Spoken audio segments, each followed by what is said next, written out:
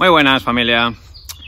Bueno, hoy quería hacer un comentario, una pequeña reflexión alrededor de la nueva ley de caza de Castilla y León, sobre todo específicamente sobre un apartado que está generando bastante controversia, bastante polémica, una polémica que al principio, cuando estaba en su versión de borrador, pues estaba plenamente de acuerdo, la secundaba. Ahora mismo ya con la modificación que ha sufrido me genera más dudas o me cuesta más entender, ¿no?, esas opiniones críticas y esas voces en contra, ¿no?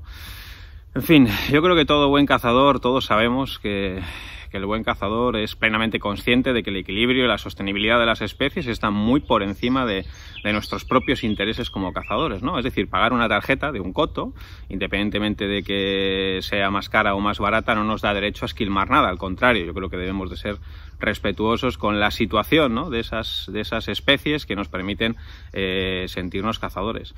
Y en parte esa sostenibilidad de la que hablo tiene mucho que ver con el conocimiento, ¿no? Tiene mucho que ver, entre otras muchas cosas, por supuesto, con censos, con estudios poblacionales, incluso con los propios datos que nosotros aportemos de avistamientos, de capturas. Entre otras cosas porque eso al final que son datos, ¿vale? Esos datos nos permiten obtener una panorámica más real de cuál es la situación de una especie en concreta y por extensión pues hacer un aprovechamiento sostenible, justo, noble y que permita a la especie progresar de forma adecuada. Y además ya no es una cuestión ni de sentido común, ni de ética, que también, sino de normativa, ¿vale? Es decir, al final tenemos una normativa europea que se está implantando a nivel nacional y que, por ejemplo, o podemos tomar ejemplo de cómo se ha visto reflejada en esta nueva ley de caza de Castilla y León, que bueno, por lo menos en el anteproyecto de ley, que creo que de momento no está aprobada del todo, sí, no estoy seguro, ¿vale?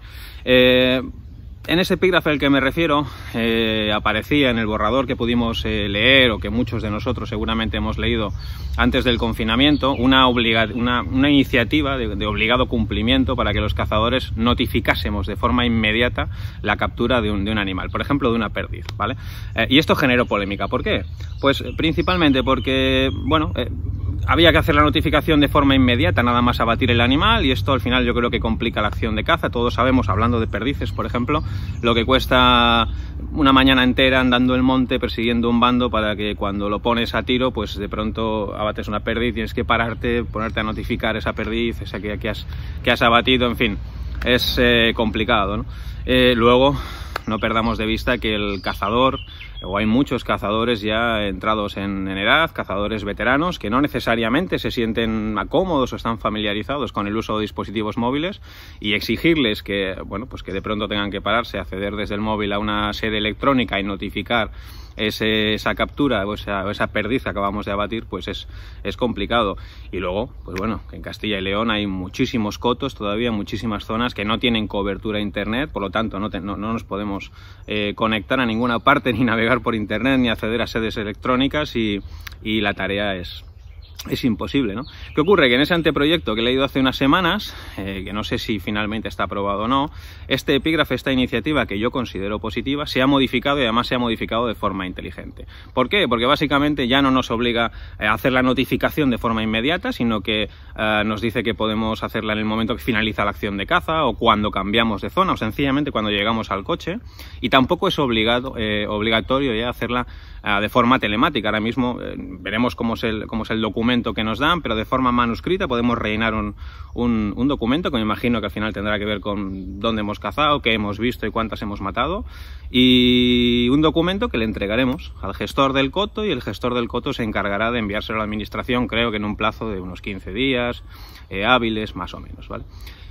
Y sin embargo, después de las modificaciones sigo encontrando, como decía, voces críticas, opiniones en contra, incluso de cargos y personajes relevantes dentro del ámbito cinegético, dentro del ámbito de la caza, y no lo comprendo, ¿no? Porque creo que, lejos de entender la medida como negativa, creo que al contrario, creo que redunda en nuestro beneficio. Y tenemos un ejemplo bien sencillo. No hace tanto en Castilla y La Mancha. Bueno, después de unos años haciendo planes técnicos, vamos a decir, negligentes, pues al final la administración decidió cerrar, prohibir la caza de la becada porque no había registros, no había datos de capturas y automáticamente entendieron pues que no había becadas sordas y que por lo tanto no se podían cazar. Bueno, llegó el CCB, llegó el Club de Cazadores de Becada, presentó 25 años de estudio sobre la sorda, de estudio, de datos, de absolutamente en detalle, un estudio absolutamente en detalle de la becada, y gracias a esto hoy no solo no está prohibida, sino que en los municipios, en las provincias de Castilla-La Mancha se puede, a quien le gusta disfrutar de esta modalidad, la sigue practicando sin ningún tipo de problema, ¿no? Y por ahí creo que además como ejemplos como estos son los que nos deben arrojar luz y nos deben dar a entender que al final llevar un control y tener datos, que es algo que por cierto ya se hace en muchos cotos privados y sociales, sin necesidad de que sea una normativa impuesta por nadie, y creo que es positivo. De hecho, al final nosotros como cazadores presumimos constantemente de ser los mayores conservacionistas, presumimos de pasar mucho tiempo en el monte.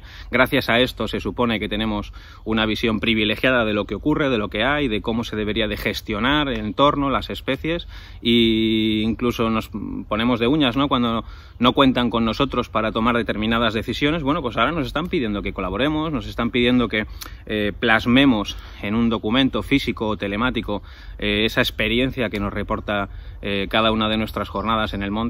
Y yo creo que sinceramente es positivo. Debemos evolucionar con la caza. Esto no es como hace 40 o 50 años, no sé si para bien o para mal, pero lo que está claro es que esa sostenibilidad, esa supervivencia de las especies debe de ser lo primero para nosotros, el primer objetivo, y yo creo que tener datos y tener conocimiento de cuál es la panorámica real, de cuál es su situación real, nos va a permitir hacer un aprovechamiento mucho más justo y defender además con datos, que es que los datos los tenemos de nuestra parte, ¿no?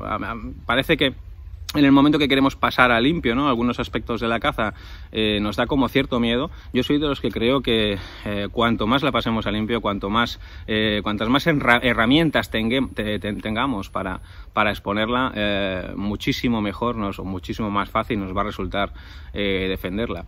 Por lo tanto, creo que la iniciativa es positiva, creo que no nos cuesta nada. Al final está algo tan sencillo como llegar al coche, rellenar unos datos y dárselos al gestor, y creo que lejos de ir en nuestro perjuicio, creo que nos va a generar muchos aspectos positivos. En fin, es un poco mi opinión. Sí me gustaría saber esas voces críticas, por qué, dónde encuentran la parte negativa, y como siempre, pues al final aquí abajo tenemos un sistema de comentarios y os invito a que dejéis vuestra opinión, tanto los que consideráis esta iniciativa como algo positivo, como algo necesario, como algo que tenemos que hacer, como aquellos pues que no lo veis de esta forma. Me gustaría conocer vuestra opinión. Y poco más. Un abrazo y al monte.